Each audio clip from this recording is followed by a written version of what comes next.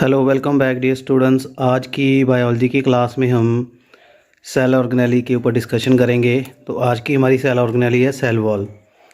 इसको सेल की दीवार भी कहते हैं। और basically bacteria, fungi and plant में जो देखी जाती है थिक होती है, पोरस कोट होता है एंड ये प्लाज्मा मेम्ब्रेन के बाहर होती है। सो इसकी जो कंपोजिशन है वो डिफरेंट टाइप ऑफ ऑर्गेनिज्म में डिफरेंट होती है। सेल वॉल जो है प्लांट की पहले बात करेंगे। डिस्टिंक्ट ऑर्गेनेली है, बाहर से ही नज़र आ जाती है जब स्लाइड बनाते हैं। सो फर्स्ट ऑब्जर्व इसको किया था रॉबर्ट हुक ने 1665 में कॉर्क की स्लाइड में। और कई सेल हैं जैसे गैमेट एंड यूस्पोर, उसमें सेल वॉल नहीं होती। और अगर हम NaCl सोल्यूशन में सेल को रखेंगे जिसमें सिर्फ सेल मेम्ब्रेन है तो वो पूरा श्रिंक कर जाता है।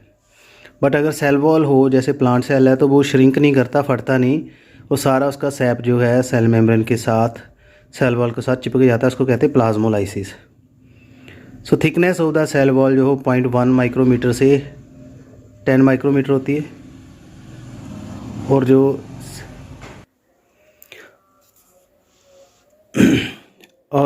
सेल वॉल है इसको साइटोप्लाज्म बनाता है। साइटोप्लाज्म की जो सिक्रीशन से सेल वॉल बनती है। Next is the chemical composition. इसमें 6000 ग्लूकोज यूनिट होते हैं ईच चेन में, यानी चेन्स का एक पॉलीमर होता है ये। और इसमें बीटा ग्लूकोज होता है, ये आपने याद कर लेना है। आपको मैंने पॉलीमर में बताया था पहले, बीटा ग्लूकोज कार्बोहाइड्रेट वाले भी चैप्टर में। तो इसमें 30 to 60 सेलुलोज मॉलिक्यूल इकट्ठे होकर एक माइक्रोफिब्रिल बना देते एक बंडल। और इसमें 5 से 10 नैनोमीटर थिकनेस होती है। और सेलुलोज मॉलिक्यूल जो है एक माइक्रोफिब्रिल में ओरिएंटेड होते हैं पैरेलल एक दूसरे के, और हाइड्रोजन बॉन्डिंग से ये जुड़े होते हैं। और जो वाल काफ़ी प्लांट सेल की जो है उसमें कंपोज ऑफ लेयर की बनी होती है, जिसमें माइक्रोफिब्रिल जो है of one layer are oriented approximately 90 degree to the adjacent layer.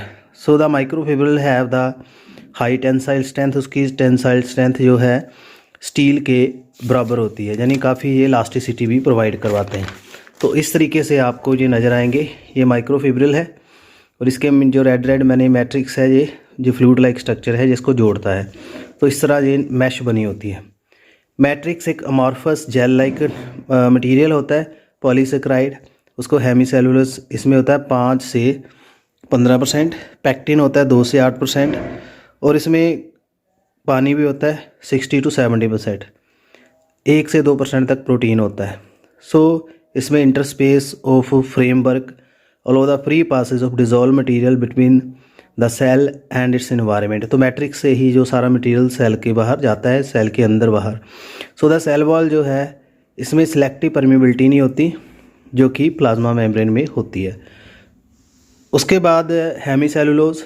Hemicellulose जो है ये ब्रांच पॉलीसेकेराइड है और ये बैकबोन बनी होती है इसमें वन शुगर की सच एज ग्लूकोज, और साइड चेन होती है अदर शुगर जैसे जाइलोज। शुगर एंड जाइलोज की इसकी बैकबोन होती है हेमीसेलुलोज की।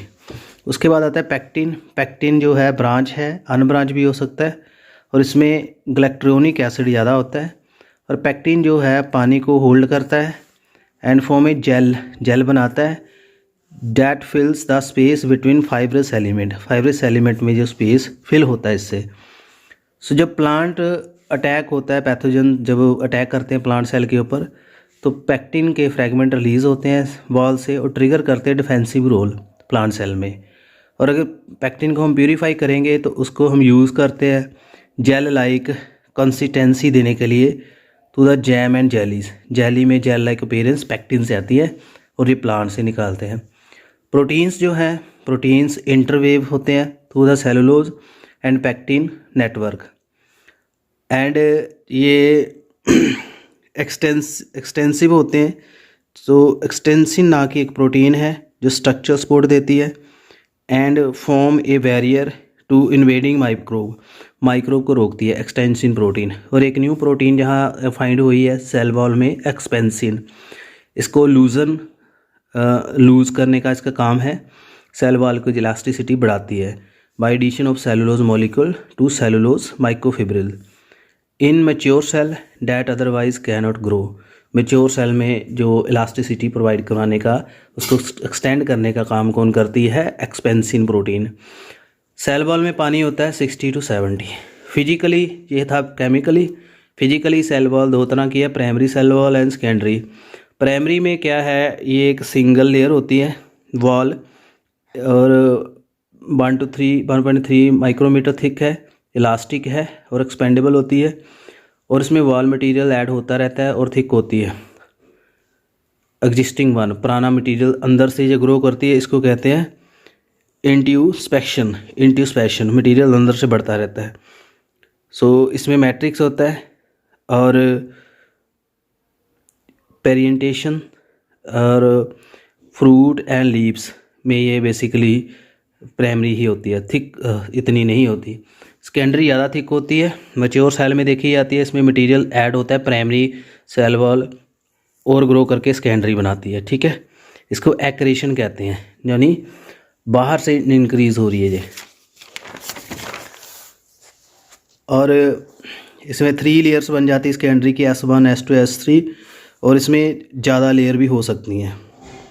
जैसे लेटेक्स ट्यूब है यूफोर्बिया प्लांट की, उसमें काफ़ी लेयर होती हैं। Cellulose fibril of secondary wall के जो होते हैं, they are compactly arrange with different orientation in different layer. जो मैट्रिक्स है उसमें लिग्निन एंड सुब्रीन होता है और addition of secondary cell wall bring about the thickening of the cell wall. Secondary wall बनने से सेल वॉल थिक हो जाती है और पर्टिकुलरली उन सेल में that form the harder would बनाते हैं। जो सेकेंडरी जितनी ज़्यादा वॉल होगी उतनी वो हार्ड वुड बनेगी।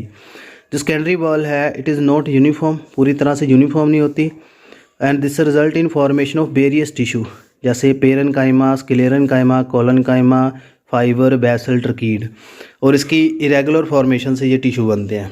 तो इस तरह से देख सकते हैं आप, सेकेंडरी वॉल का बाहर प्राइमरी है, उसके बाद इसकी लेयर है S1 S2 S3, अंदर इसका ल्यूमन है और ये ऐसे मिडल लेमेला बाहर बन गई।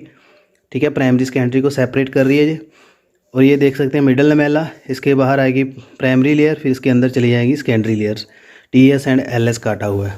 उसके बाद पिट्स आते हैं। सेकेंडरी वॉल में पिट्स होते हैं, हर जगह में सेकेंडरी वॉल पूरी तरह से नहीं होती, ले डाउन नहीं होती, कई जगह पे वहाँ पिट्स बन जाते हैं और कई मेम्ब्रेन से पिट सेपरेट होते हैं। और मिडल लेमेला प्राइमरी मेम्ब्रेन जो सेकेंडरी से अटैच होती है बाय मिडल लेमेला।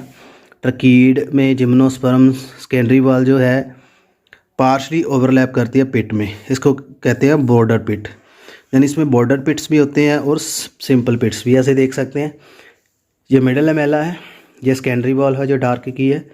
ठीक है, इसमें जो पिट्स बने हैं जो सिंपल पिट्स हैं और इसमें कई बार इसको पूरा कवर करती है, इस तरह से बॉर्डर बन जाता है इसका, और ये होते हैं बॉर्डर पिट्स। ऐसे पिट्स बने होते हैं पोर।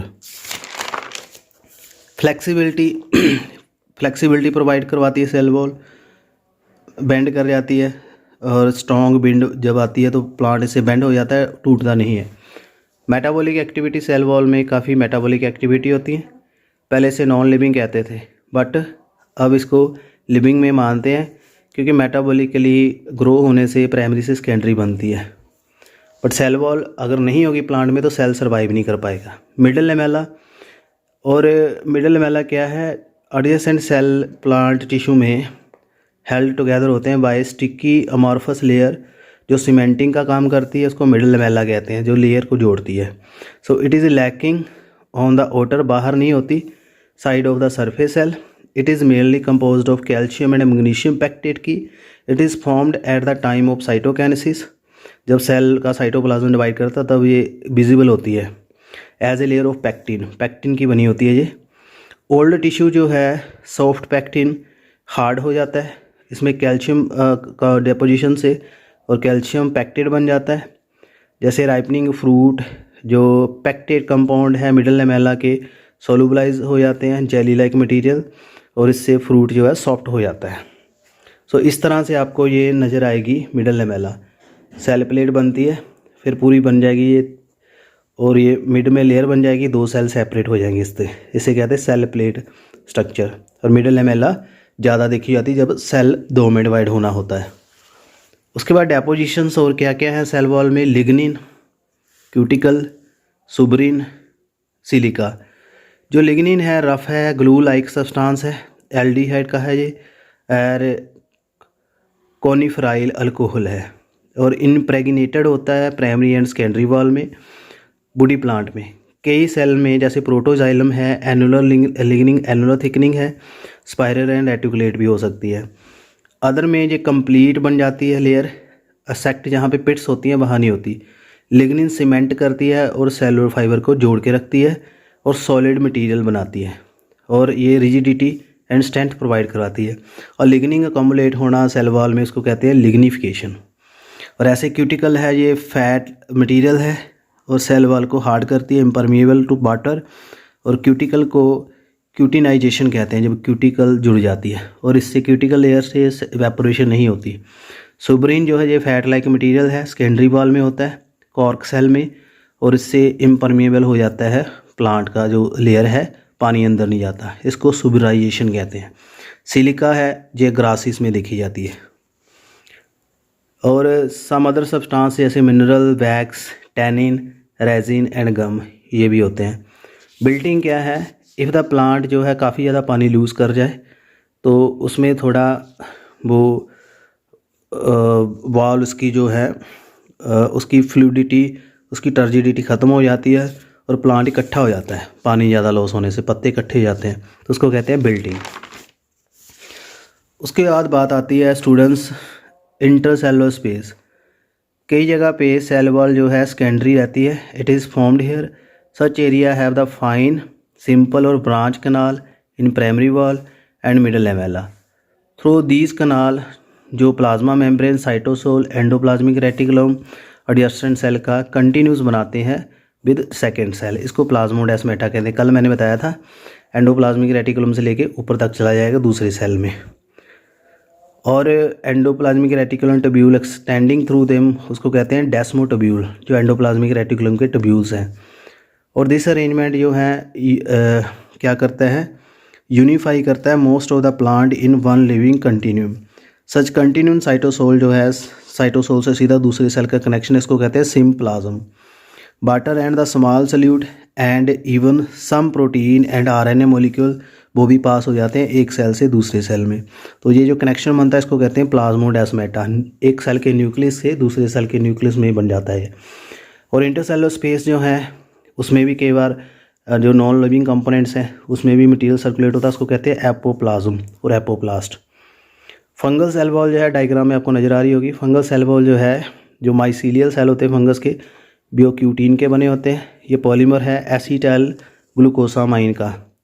और क्यूटीन जो है बंडल लाइक सेलुलोज मॉलिक्यूल होते हैं ये, ठीक है। And these are notes are prepared by me and stamped साथ में लगी है हमारी एकेडमी की। प्रोकैरियोटिक सेल वॉल जो है पेप्टिडोग्लाइकेन की बनी है और इसमें मॉडिफाइड शुगर है N acetyl glucosamine, N acetyl muramic acid, इसको नाग एंड नाम कहते हैं। NAG N acetyl glucosamine, N acetyl muramic acid. और इसमें पॉलीपेप्टाइड की चेन होती है। और इट में आल्सो टिकोलिक एसिड भी होता है इसमें। पेंसिलिन एंड रिलेटेड जो ड्रग हैं वो इसकी बिल्डिंग को रोकते हैं, यानी बैक्टीरिया की सेल वॉल के ऊपर अटैक करते हैं और ये अमाइनो एसिड इसके साथ जुड़ने नहीं देते। तो इस तरह से बैक्टीरिया जो है एंटीबायोटिक से किल होते हैं। रिजिडिटी प्लांट बॉडी को सेल वॉल बनाती है एंड थोड़ा cell and organ of plant can not move much with respect to one another. Thick and rough cell wall provide rigidity and structural support to plant. उसके बाद function maintain the shape of cell, protection देती है pathogen से, virus bacteria से, mechanical injury से बचाएगी और support देगी। अनड्यू जो एक्सपेंशन ज़्यादा होने से रोकती है और इससे प्लांट जो है टूटता नहीं है। परमीबिलिटी प्रोवाइड कराती है, कई जगह पे रेगुलेटरी रोल है। एंजाइमेटिक एक्टिविटी कई सेल वॉल से होती हैं। क्यूटिन एंड सुब्रीन जो हैं पानी का लॉस नहीं होने देती, इवेपोरेशन रोकती हैं। बैलेंस बनाती है इंट्रासेलुलर स्पेस का और ऑस्मोटिक प्रेशर बनाने में हेल्प करती है। जो पोर है सेल वॉल के वो परमिट करते हैं प्लाज्मोडेस्माटा बनता है और लिंक करते हैं protoplast into system that is a symplast, यानी सेल एक सेल का मटेरियल दूसरे सेल में जाएगा लिविंग में। So wall of the xylem vessel tracheid and sieve tube allow the movement of the material. The wall of the some कई cell हैं, उसमें रोल है डिफेंस एंड ऑफेंस का। कईयों में सेल वॉल स्पाइन बना देती है। Growth of cell wall enable the cell to enlarge in size, इससे जो सेल है उसका साइज़ बढ़ जाता है। सो स्टूडेंट्स, ये था with regard to cell wall with diagram I have try to explain to you. और कैसा वीडियो लगा काइंडली कमेंट करिएगा, और अगर आपको कोई इसमें डाउट है you can put in comment.